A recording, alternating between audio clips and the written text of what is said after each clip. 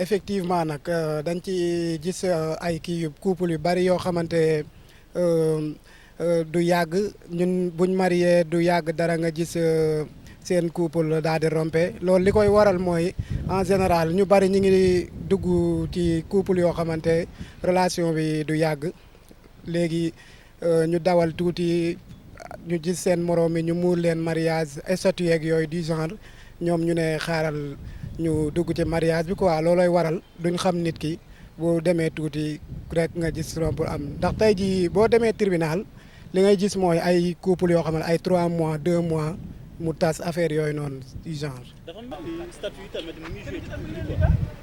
waaw bien sûr statut yi da ciy joué ndax des fois nga gis couple boo xamante comme statut yi par exemple sa xarit statut waaw marié nañ diw affaire yooyu noonu nga gis ñu ak mooy yooyu ñu xewal rek seen kii ene yi temps en time yeeg yooyu noonu waaw en time comme yooyu ñu xewal ci réew mi rek mooy loolu léegi boo ko gisee statut yeeg yooyu yow doo gis lu du marié comprendre nga léegi boo ci duggee waaw mooy loolu du yàgg dara nga gis couple bi daal di rompre quoi. est-ce que tamit parents yi tamit seetaane wuñu xale yi tamit. waaw benn côté parents yi am nañ ci part de responsabilité ndax da ngay gis ne parents yi du genre ay mariage forcé sax da ciy am wala sa diw nga war a séyal yooyu noonu yooyu yëpp da ciy joué te alors que ki nga xamante moom ngay proposé mariage bi di ko forcé bëggut quoi looloy waral kii bi mariage bi du bu demee ba si yàgg daal di romp aussi. mais des fois au-delà de mariage forcé yooyu noonu mais am na ñoo xamante ne ñoom ñoo tànn ñoom ñoo d'accord ci sëy bi jékki-jékki rek ñu dem jëli seen appartement parents yi tamit toog di leen seetaan di leen wax defal li nga war a def c'est-à-dire di leen jàngal ci sëy bi ci boppam quoi. ah waaw gis nga comme niñ ko gisandoo rek ci réew mi parents yi foofu tamit dañuy seetaan ndax da ngay gis ku marié jël appartement am mooy loolu comme niñ ko gisandoo ci réew mi rek. ban message nga mën a lancer ñooñu noonu message boo xamante ne mooy dina delloo xel yi quoi comme ça ñu mën a xam ne couple lu yomb day neex des fois day naqari tamit ban message nga mën a lancer. waaw ku ne xam ne mariage moom du benn fan du ñaari fan. waaw te mariage moom ku ne la yomb na dalay wax lu ko neex ndax neex na neexut boo ci duggee nag yow yaay am sa xol nga muñ ndax la nga fay fekk tey ginnaaw suba mën na faa bañ a nekk mais yow yaay ànd ak sa ngor ak sa dignité nga muñal ka nga fa fekk. Résumé en français, aujourd'hui tu es habillé aux couleurs de la Saint-Valentin, mais alors qu'est-ce qui se passe là alors? Ah, bien sûr, je suis venu au place de souvenir pour les accueils du nouveau bachelier au niveau de la faculté des lettres et sciences humaines. Ça tombe que si sport des, des couleurs de la Saint-Valentin, oui, alors que c'est notre identité au niveau de la faculté. Alors, l'autre facteur, on a vu qu'ici au Sénégal, aujourd'hui, on fête la Saint-Valentin, mais le problème est que des fois, les gens ils se mettent en couple, du coup, ils partent pour aller louer un appartement. L'effet des appartements aussi, ça a beaucoup joué dans les couples. Du coup, c'est des divorces comme ça. Quel mot à dire par rapport à ça? Ah, pour moi, là-bas, il y a la part de responsabilité de beaucoup de parents qui ont laissé leurs enfants aller louer des appartements partout. Surtout ici à Dakar, au niveau de la capitale, il y a beaucoup de filles qui ont pris leurs appartements. C'est pourquoi ce qui cause beaucoup de divorces dans ce pays. On a vu que là, de l'autre côté, les parents, au lieu d'initier les nouveaux couples au mariage, ils ne le font pas. Comment? Initier les parents, comment dirais-je, les jeunes couples au mariage, comment ça se passe? Des fois c'est facile, des fois c'est pas facile. Il faut être conscient de cela, tout ça aussi. Ah, comme vous le voyez, il y a beaucoup de parents qui forcent leurs enfants sur les mariages. C'est ça qu'on appelle des mariages forcés. C'est ce qui a causé beaucoup de divorces. Oui. Maintenant, quel est le message à lancer aux gens pour qu'ils puissent prendre conscience de l'effet du mariage aussi en cette journée de la fête du Saint-Valentin. Comment? Le message à lancer aux jeunes couples de savoir que le mariage n'est pas du tout facile, ils doivent être conscients de tout cela. Oui, il doit être conscient de tout ce qui arrive parce que le mariage, c'est pas facile. C'est pas un jour ou 2 jours ou 3 jours. Parfois, ça peut être... il y a des moments heureux et des moments difficiles, oui. Ce que je conseille les gens, c'est d'être patient sur les couples. ok Seynabou Diop yow ñu fekk la yaa ngi jaay li nga xamante ne mooy ay fleurs jamono ji ñu bëggoon xam est-ce que clients yi ñu ngi ñëw. client yaa ngi ñëw tuuti tuuti rek. ñu ngi ñëw fleurs yi ñaata lay jar. 2500 3000. jël ñoo 2500 ak 3000. rose vrai yi. ni ñuy tudd sax yi ñuy tudd. rose rouge. rose rouge fan ngay jëlee produit yi. marché Kermel. marché Kermel mbaa cherul noonu.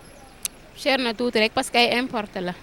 importé la quoi ok merci beaucoup mais instant yii nii clients yi dafa mel ni ñu ngi ñëw bu baax. waa ñu ngi ñëw di jënd de. ok depuis suba dafa mel ni instant yii nii moom jaay nga lu bëri. tuuti rek stock bi jeex na de. des na de. ngay jël fleur bi lan moo nu mu demee noonu. waaw tey 14 février bi rek waaw jënd benn fleur rek yóbbul ko sama jabar sama soxna yaay Cheikh oui. waaw lan nga mën a wax ci couple bi ci boppam tey ci li nga xamante ne des fois. si problème day bëri 1 an 2 ans mariage des fois appartement et après c'est des problèmes quoi. noo ko gisee loolu noonu. bon dafa mel na daal dëkk bi daal problème yooyu bare na fi mooy couple yi tas yi mariage 1 an quelque temps rek affaire yi dem bon peut-être aussi jamono bi moo provoqué yooyu. jamono bi moo metti ñenn ñi mënuñu muñ waaye c'est ça mais nag bon àdduna nag moo demee noonu tamit waaye am na ñu mën a muñ am na ñu mënul muñ waaye man moom jënd naa fleur pour sama soxna waaw moom mën na muñ torop waaw maa ngi koy jaajëfal nag ci au passage. waaw ok ban souvenir nga am souvenir boo xamante ne. mën nga koo wax nit ñi lay seetaan ñi nga xamante ne mën na leen motiver ci mariage. bon souvenir moom bëri na mais man li ma gën a marqué mooy dañoo mës a def benn choc ma ak moom. choc ak moto bon loolu gën na ma marqué ci bon sama relation ak moom waay. ci wàllu mbëggeel ci boppam tamit. waaw ci wàllu mbëggeel moom souvenir yi bëri na. parce que taxaw na ma fépp oui. léegi ban message nga mën a lancer nouveau couple yi nga xamante ne ay célibataires bon célibataires yi daal leneen laa leen di wax ngeen góorgóorlu takk waaw xale yi ñu ngi fi pour yéen takk leen xale yi te jigéen yi aussi ngeen muñal góor ñi waaw parce que dara matul.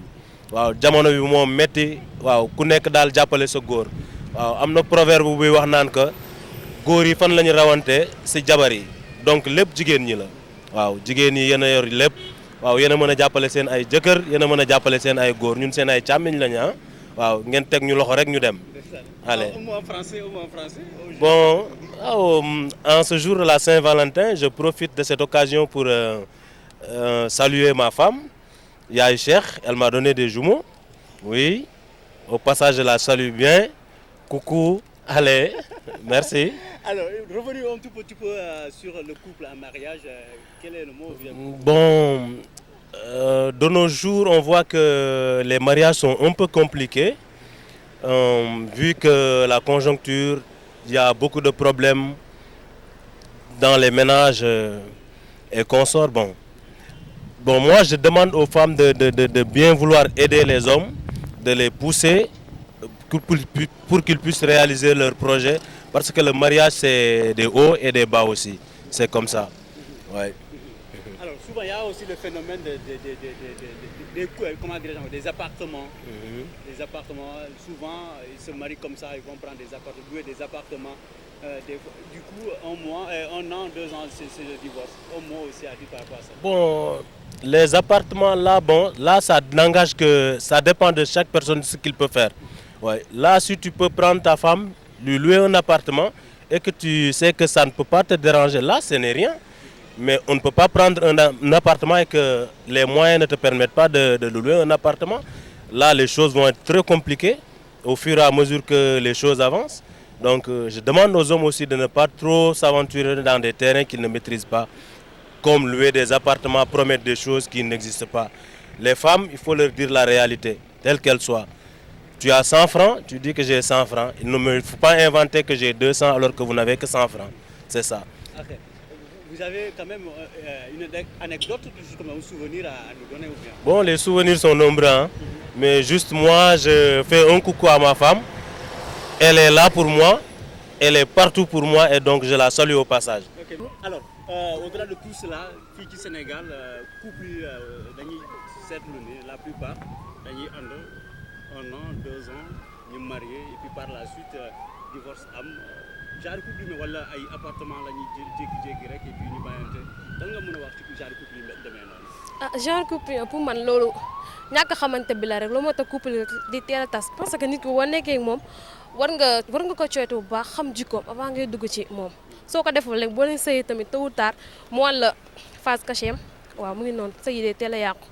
Est-ce que tamit beneen côté tamit nekkul ni parents yi du ñu accompagner jeunesse bi ci genre sëy bi quoi. waaw loolu tam mu ngi si ndax da ngay gis koo xam te ne day takk jabaram influencé ko ba mu dem jël AP ñoom ñaa kese ñu nekk si du coup duñu am ku leen di conseillé yooyu noonu te suñu xale dafa laaj mag nekk si. waaw yow lan nga mën a wax ci ñooñu ñi nga xamante ne dañuy faral di jël ay appartement di nekk ak seen couple foofu noonu lan nga mën a wax. ah lu ma si mën a wax mooy ñu bàyyi ko rek dem toog seen côté parents yi ndax problème bu amee ñoom rek ñoo ko mën a régler parce que ku la jiitu si nekk moo la mën a wax fu ñuy taalee lampe bi. waaw yow est-ce que yow tamit amoo benn anecdote boo xamante ne mën nga koo expliquer ñi lay seetaan ñi nga xamante ne mos nañu dund mbëggeel boo xamante ne si catastrophique mën naa ko expliquer noonu ko exemple quoi li nga xamante ne gis nga ko sa xarit dund ko wala keneen dund ko nga gis seen bopp nga gis ko quoi. gis naa sama xarit dund ko ndax déjà lu ñëw bi ñu ñëwee fii rek dafa am kuñ doon xool sama xarit copain moo nekk beneen show ñëw fi pour xool leen ndax dañ see bëggoon am preuve ñu leer jour Saint-Valentin ñu ñëw fekk copain di ko trompé. Trahison quoi.